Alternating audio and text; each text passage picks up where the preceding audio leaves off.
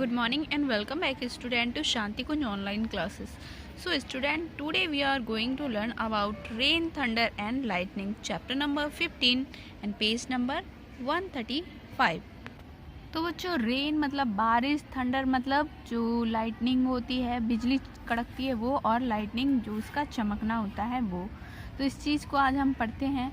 The word electricity comes from the Greek word electron means amber. तो एक word आया electricity, ये एक ग्रीक वर्ड है और इसका मतलब होता है इलेक्ट्रॉन, और ग्रीक में इसे बोलते हैं अंबर. About 2500 years ago, a Greek philosopher Thales found that when a piece of amber is rubbed with fur, it attracts small pieces of leaves, cork, paper और straw.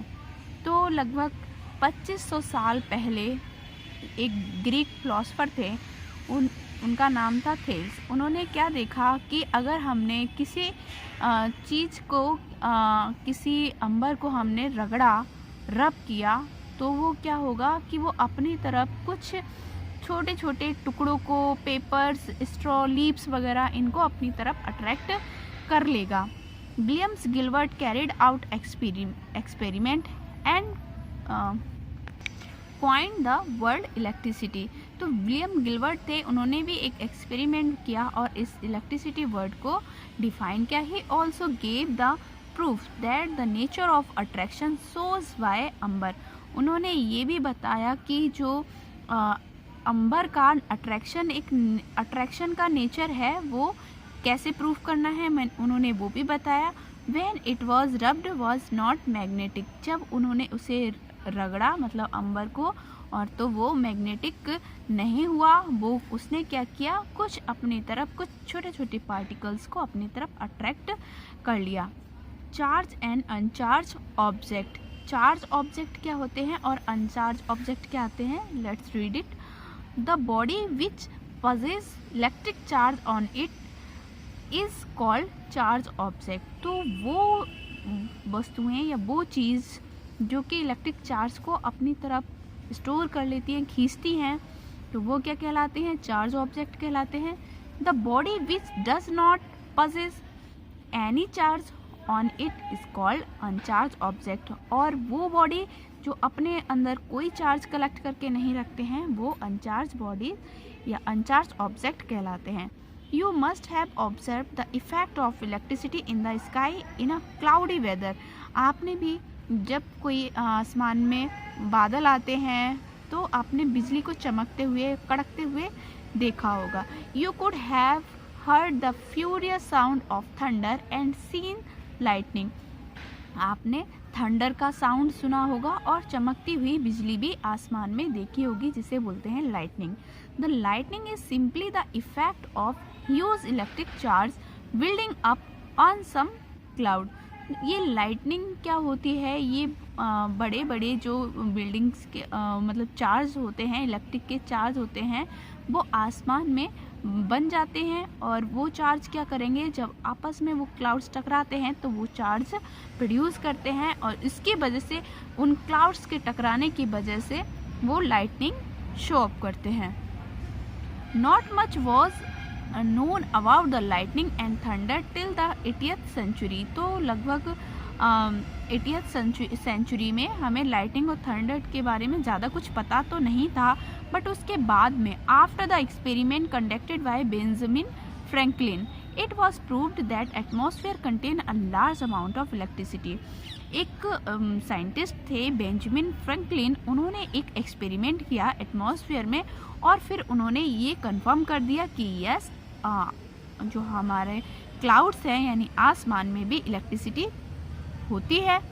तो चलिए उनके एक्सपेरिमेंट को पढ़ते हैं. Benjamin Franklin an American scientist, वो एक American scientist थे, did the famous kite experiment. उन्होंने एक काइट का एक्सपेरिमेंट किया.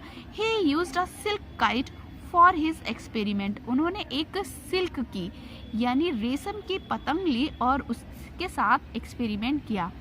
At the other and of the kite near his hand he attached a small metallic की टू द थ्रेड. उन्होंने उस रेशम की पतंग में धागे के आखिरी छोर पे जहाँ पर वो उन्होंने पतंग पकड़ रखी थी वहाँ पर एक मेटल की लगा दी थी, एक चाबी की तरह लगा दिया उन्होंने। When he flew the kite into the sky, lightning struck। अब जैसे ही, और जो उन्होंने धागा लिया था वो भी गीला लिया था और रेशम की काइट थी, जैसे ही उन्होंने वो आसमान में उड़ाई एक लाइटनिंग स्ट्रक उनके हाथों पे उन्हें फील हुआ। The key in turn become hot, और थोड़ी ही देर में जो की थी मेटेलिक की वो हॉट हो गई, गर्म हो गई। The key also got electrically charge, इसका मतलब की पे एक इलेक्ट्रिकली चार्ज आ चुका था। Therefore, he concluded that the thunder clouds are electrically charged। और उन्होंने फिर ये कंक्लूड किया, ये निश्चय निकाला कि ये इलेक्ट्रिकली चार्ज क्लाउड्स में भी होता है और वही थंडर के फॉर्म में हमें दिखाई देता है। Student, here is a activity aim to study the charging of certain material by the method of rubbing.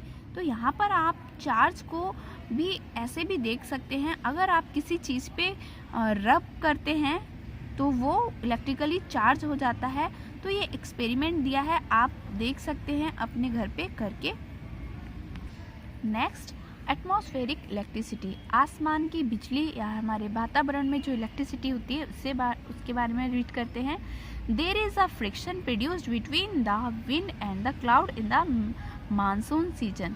तो मानसून सीजन में जब बादल आते हैं तब क्या होता है कि हवा बहुत तेज़ चलती हैं और उनके साथ में क्लाउड्स भी उड़ते हैं और फिर दोनों के बीच में एक फ्रिक्शन प्रोड्यूस हो जाता है।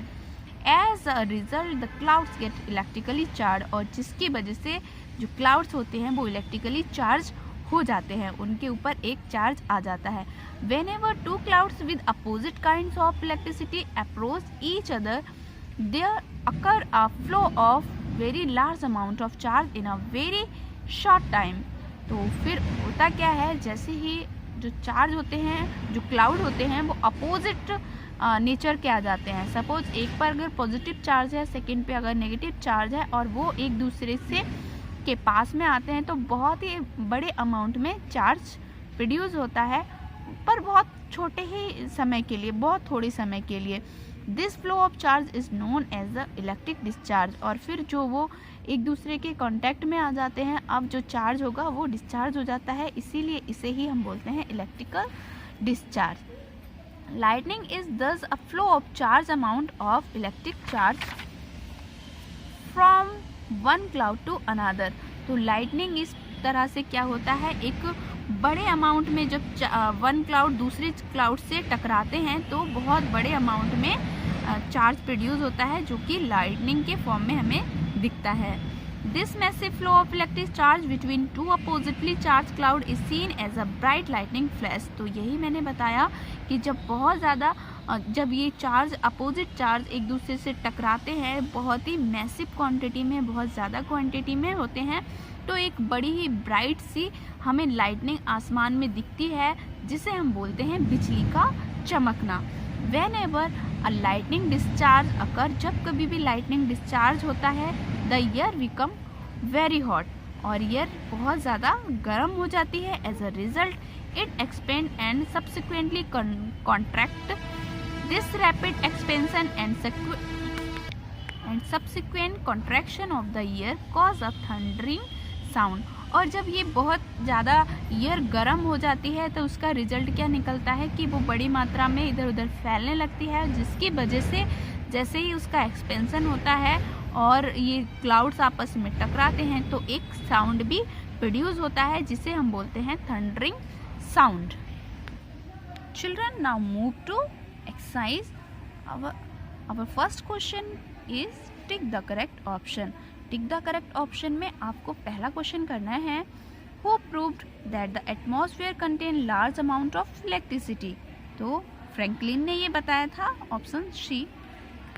होमवर्क का आपका सेकंड क्वेश्चन रहेगा, energy is produced when electrical charge cloud approach each other, यानी ऑप्शन ए। थर्ड क्वेश्चन रहेगा, lightning can destroy tall building, option B. Fourth question होगा टिक द करेक्ट का, the lower end of the rod और the lightning conductor is connected to the building. ये हम पढ़ेंगे अभी, लेकिन आंसर में आप कर लेना D. Fill in the blanks. Fill in the blanks का फर्स्ट क्वेश्चन है Benjamin Franklin proved that the clouds are electrically charged. Second question है atmospheric electricity is produced due to friction between wind and cloud. Third question the expansion and contraction of air cause the thundering sound. Fourth question the blank में लिखेंगे high building and tall tree are more prone to lightning attack. Fifth में लिखेंगे अ lightning conductor is installed above the top of the, और dash में लिखेंगे building. उसके बाद में आपको ट्रू एंड फॉल्स करने हैं। ट्रू एंड फॉल्स का first question a lightning conductor is installed to protect the building from earthquake. False. The electric discharge occur in atmosphere. True. Third question the atmospheric electricity was discovered by Franklin.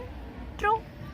Fourth question during lightning we must run toward the tall tree and building. No. False. Fifth question electric current can pass through the bodies of human beings. True. तो student अभी आपको इतना homework अपनी copy में करना है, साथ में याद करना है। नेक्स्ट क्लास में हम चैप्टर कंप्लीट करेंगे और क्वेश्चन आंसर्स भी करेंगे। तब तक के लिए बाय बाय, टेक केयर।